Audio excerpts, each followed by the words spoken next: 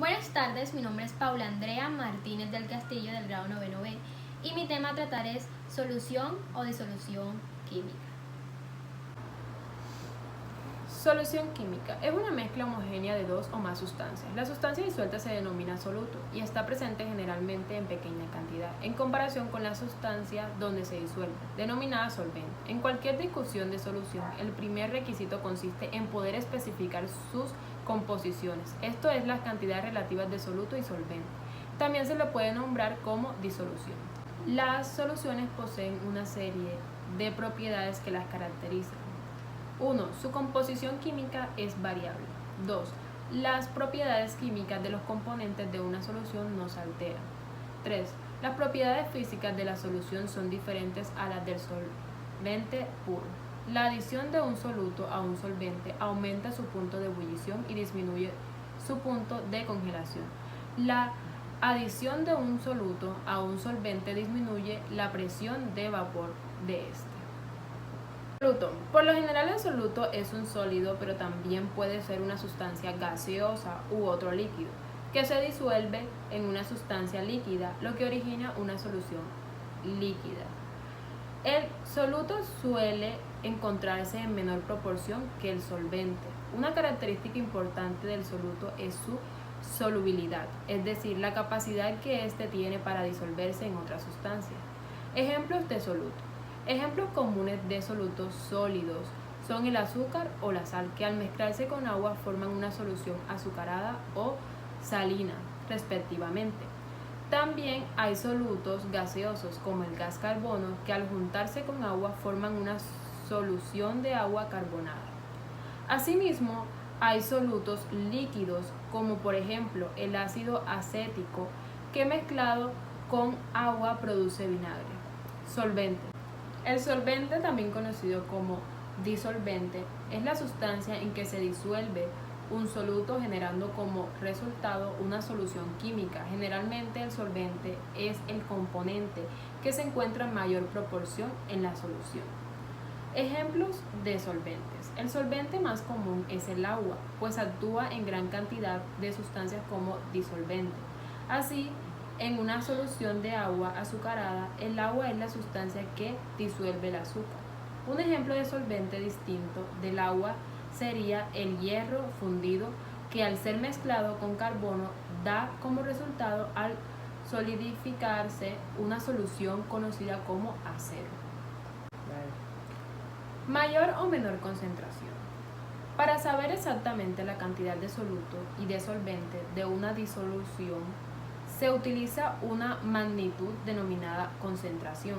Dependiendo de su concentración, las disoluciones se clasifican en diluidas, concentradas, saturadas, sobresaturadas.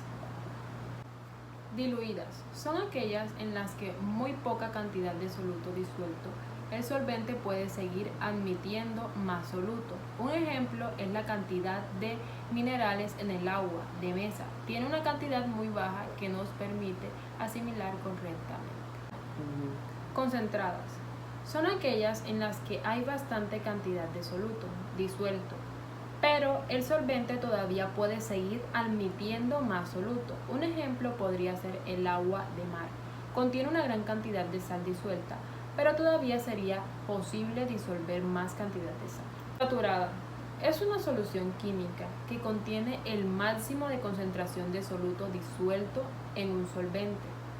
Es considerada un estado de equilibrio dinámico, donde las velocidades en que el solvente disuelve el soluto y la velocidad de recristalización son iguales.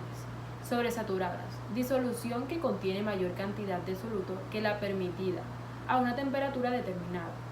La sobresaturación se produce por enfriamiento rápido o por descompresiones bruscas. Ejemplo, al sacar el corcho a una botella de refresco gaseoso. La concentración. Concentración puede expresarse como la cantidad del soluto disuelta en un solvente. Es decir, si tenemos una solución, el soluto estará presente en una determinada proporción con respecto al solvente, y esa proporción no cambiará a menos de que se adicione más solvente o más soluto, y en consecuencia la concentración permanece constante. Todas las cantidades de concentración representan la cantidad de una sustancia disuelta en otra. Solubilidad.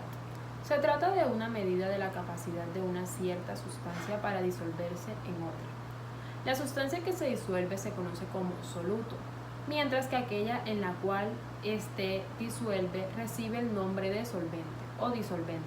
La concentración, por otra parte, hace referencia a la proporción existente entre la cantidad de soluto y la cantidad de disolvente en una disolución. Factores que determinan la solubilidad en los líquidos: temperatura, naturaleza del soluto, pureza del solvente, solubilidad en líquidos.